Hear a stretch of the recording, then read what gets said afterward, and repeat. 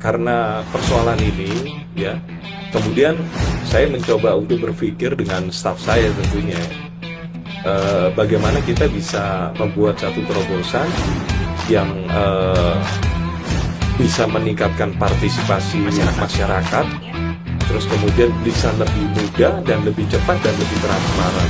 Nah, tadi Mbak udah nyobain kan, jadi artinya dengan kita menggunakan barcode ini langsung kita akses, itu pun sudah langsung di tampilan depan.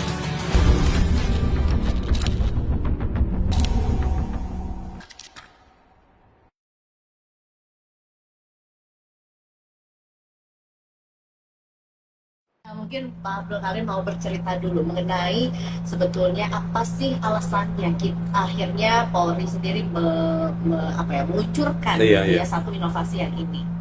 Iya Mbak, jadi begini. Jadi kita melihat latar belakang selama ini pengaduan terhadap anggota Polri itu sudah ada mekanismenya, tapi mekanismenya itu lebih banyak sifatnya offline. Artinya masyarakat ini harus datang ke kantor kepolisian, mulai dari tingkat Mabes sampai dengan tingkat Polda maupun tingkat Polres. Nah, ini yang artinya yang membuat masyarakat itu agak kurang begitu banyak yang mau berpartisipasi dalam melakukan pengaduan ini.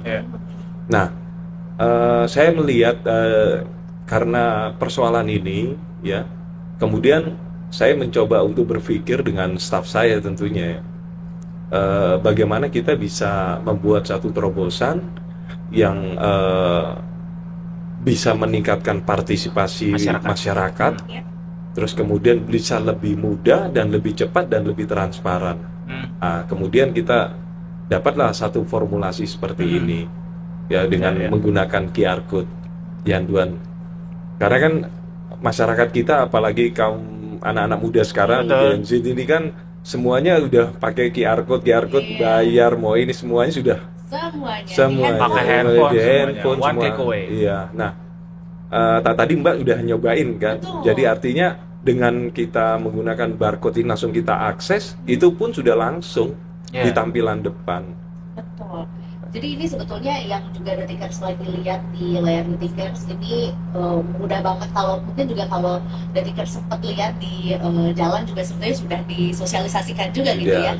QR code-nya tuh bisa, aku sebenarnya sempat menemui juga, tapi di Bandung ternyata ketemunya. Jadi aku kira itu adalah untuk aduan, masih bingung sih maksudnya itu untuk aduan apa ya gitu. Masuk ternyata langsung masuk ke yanduan.propam.polri.go.id. Nah, nanti akan langsung diarahkan ke form pengajuan aduan. Jadi sebenarnya ini yang salah satu yang menarik adalah meningkatkan partisipasi masyarakat. Mungkin masyarakat juga masih ada yang segan atau takut atau bingung mungkin gitu ya Pak? Iya. Jadi dengan adanya mekanisme seperti ini, partisipasi publik semakin meningkat Mbak ternyata kalau saya lihat. Tapi memang kita perlu sosialisasi yang lebih maksimal lagi, lebih masif lagi kalau saya lihat kurang. Termasuk datang ke sini Pak ya. Iya. Ini salah satu bentuk sosialisasi. Pasti tadi juga sempat disampaikan bahwa salah satu keunggulannya selain kemudahan, kecepatan gitu ya, juga transparansi tadi. Mungkin boleh dijelasin ke kita Pak, transparansi yang dimaksud dengan adanya layanan dengan metode baru ini kayak apa tuh yang diharapkan sama Polri? Ya, jadi transparansi di sini ketika publik melaporkan menggunakan fasilitas aplikasi ini tentang melaporkan salah satu anggota, dia akan mendapatkan nomor registrasi, nomor pengaduan. Dari nomor pengaduan ini dia akan bisa mengetrace sejauh mana pengaduan dia yang sudah dilaporkan. Jadi kayak kita beli paket Pak ya? Iya. Di marketplace misalnya. Jadi ada detailnya. Iya. Lagi di DC Cakung misalnya. Iya, kayak gitu. Jadi ini kita bisa lihat Pak. Ini laporan udah sampai mana gitu. Oh gitu. Iya. Menarik karena memang Pak, nggak cuma laki-laki, nggak cuma perempuan, kita butuh kepastian. Kita jadi pengen bisa lihat nih kepastiannya sudah sampai mana ditanganinya gitu oleh Polri juga gitu ya Pak. Dan kita transparan ya Mas, nggak ada yang bisa kita manipulatif, nggak ada yang bisa kita rekayasa, nggak bisa. Jadi contohnya kayak pengaduan masyarakat, misalnya orang Papua. Oke. Jadi yang diadukan bahasanya itu bahasa Papua. Right. Misalnya yang mengadukan itu masyarakat Maluku. Jadi bahasa yang diketik itu bahasa orang-orang Maluku. Begitupun Sumatera, ini nggak bisa kita rubah-rubah, kita rekayasa, nggak bisa. Jadi betul-betul murni. Itu tadi transparansi tadi yang dimaksud juga ya.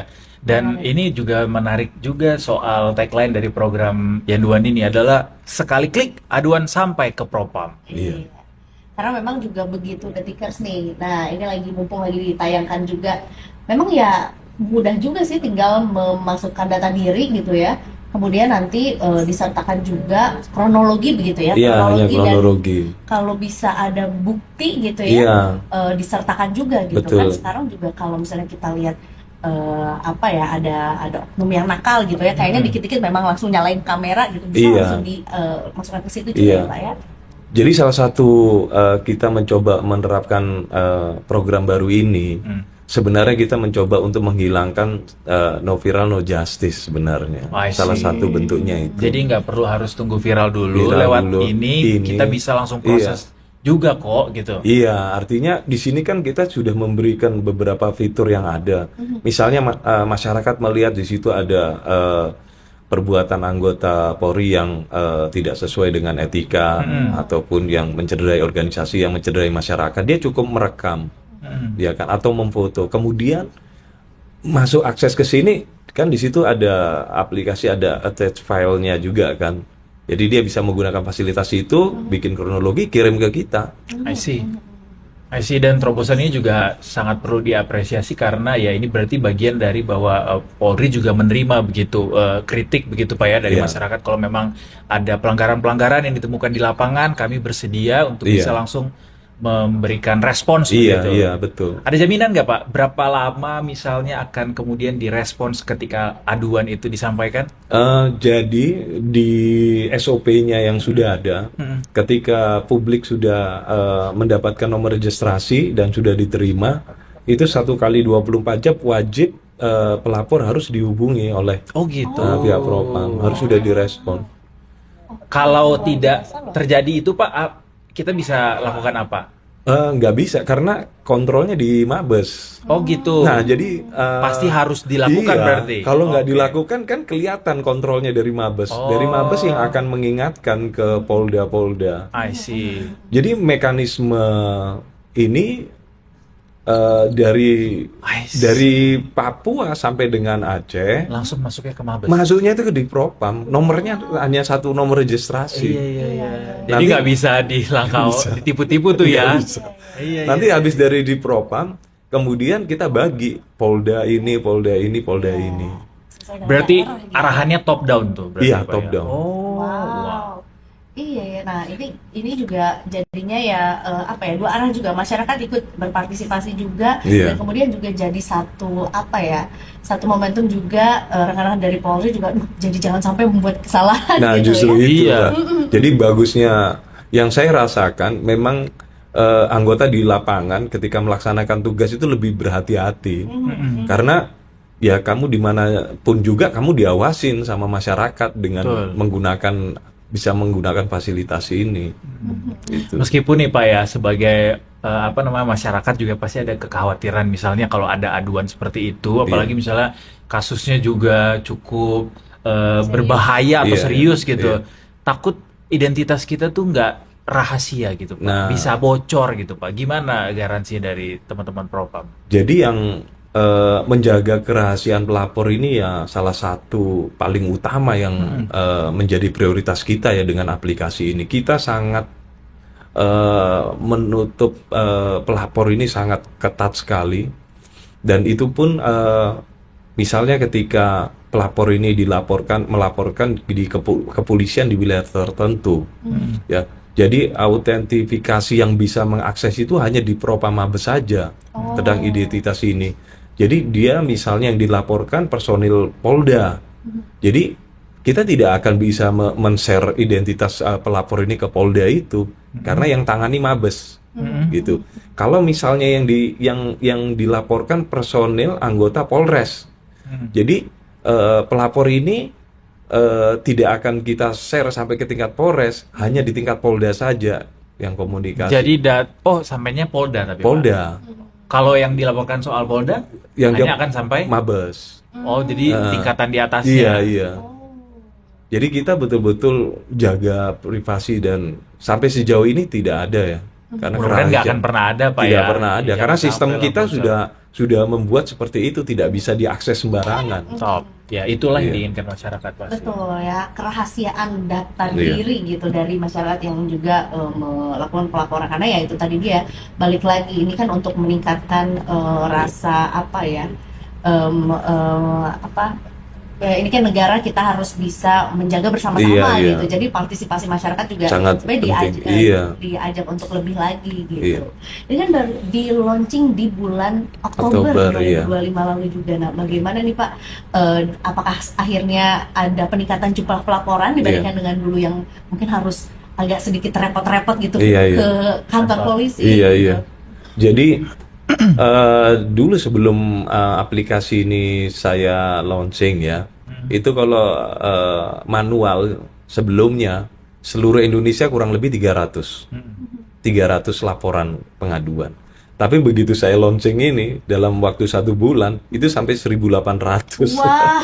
300 tuh per berapa lama Pak? 1 bulan. Oh gitu. Sekarang dengan adanya ini 1.800 bahkan 2.000. Wow. 1 bulan se-Indonesia ya. Pak Abdul Karim gimana nih? Itu. Respons ini. Ya, artinya begini, saya malah justru bersyukur ya.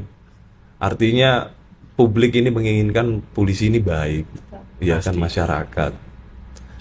Dengan dan antusias, ternyata respon publik juga antusias sekali dengan adanya aplikasi ini. Semuanya dilaporkan. Bahkan AC mati di ruang pelayanan pun dilaporkan. Oh gitu. Iya. Tapi itu masuk kategori yang bisa dilaporkan Pak? Bisa, semuanya kita laporkan. Jadi kalau misalnya kita ke kantor polisi nih, kita mau ngurus apa ya, misalnya SKCK atau apalah, terus ada layanan yang terhambat gitu, misalnya yang kita rasa ini kayaknya nggak sesuai SOP deh, itu bisa kita laporin? Bisa. Wah, ngelapornya langsung ke Mabes cuy. Diterimanya langsung sama bapak lagi. Dan itu udah kejadian, ada di beberapa wilayah itu kan, dia bikin SKCK Mas. Oh gitu. Terus publik AC-nya mati. Dia fotoin, dia kirim pengaduan ke Mabes. Begitu masuk ke saya, besok pagi langsung kita respon ke Polda. Benerin tuh AC sekarang gitu ya. Yang lain nggak sampai tembus. Kamu lupa servis ya kemarin ya. Langsung diganti baru besok sudah ini seperti itu. Berarti tapi beneran AC-nya emang bermasalah? Bermasalah. Oh gitu. Berarti ya masyarakat yang melapor juga nggak mengada-ada ya. Iya betul. Iya. Karena kan memang harus dia kirim foto, video, buktinya. Jadi memang juga masyarakat juga yang nggak boleh asal melaporkan juga ya, harus jelas dulu sebetulnya duduk perkaranya. Tahu juga apakah ini bagian dari Polri atau bukan gitu ya, dan kemudian menyertakan buktinya juga gitu ya Pak ya. Karena takutnya nanti malah segala sesuatu malah dilaporin lagi ke sini gitu ya. Betul. Tapi memang kan di situ kan ada beberapa tahap yang harus dilewati ya, sehingga dia bisa diterima laporannya. Kalau beberapa item itu dia nggak melakukan, dia tidak akan bisa diterima. I see. Pak, tadi kan udah disebutin salah satu contohnya itu AC rusak gitu misalnya. Bisikin ke kita dong Pak, sejauh ini pola pelanggaran yang dilaporin tuh kayak apa sih yang paling banyak diterima Pak? Kalau sekarang ini yang paling banyak itu menyangkut tentang masalah penyidikan ya, penegakan hukum. Jadi masih banyak publik yang melaporkan, mengadukan masalah proses penanganan tindak pidana. Nah, ini masih kurang lebih hampir 40% paling besar. Nah, kalau menyangkut hal ini, kita berkoordinasi dengan pihak Wasidik, baik tingkat Bareskrim maupun tingkat Polda. Karena itu kan bukan kewenangan Propam ya. Tapi tetap semua kita salurkan. Disampaikan. Dan progres update-nya tetap akan kita informasikan sampai sejauh mana penanganan kasus tersebut. Jadi yang paling tinggi saat ini ya masalah proses penegakan hukum, ya penyidikan itu yang ditangani oleh Barreskrim maupun di tingkat Polda. Nah itu kan bukan Propam yang ngurus, makanya ya akhirnya koordinasi ke divisi terkait gitu ya.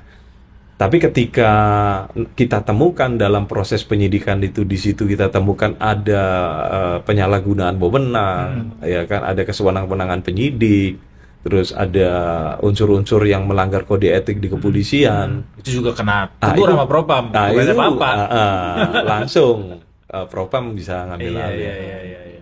Kurang lebih seperti itu. Namanya juga polisinya polisi ya. Betul. Hasil langsung ditindak gitu ya. Berarti indikator keberhasilannya apa Pak untuk menentukan bahwa layanan ini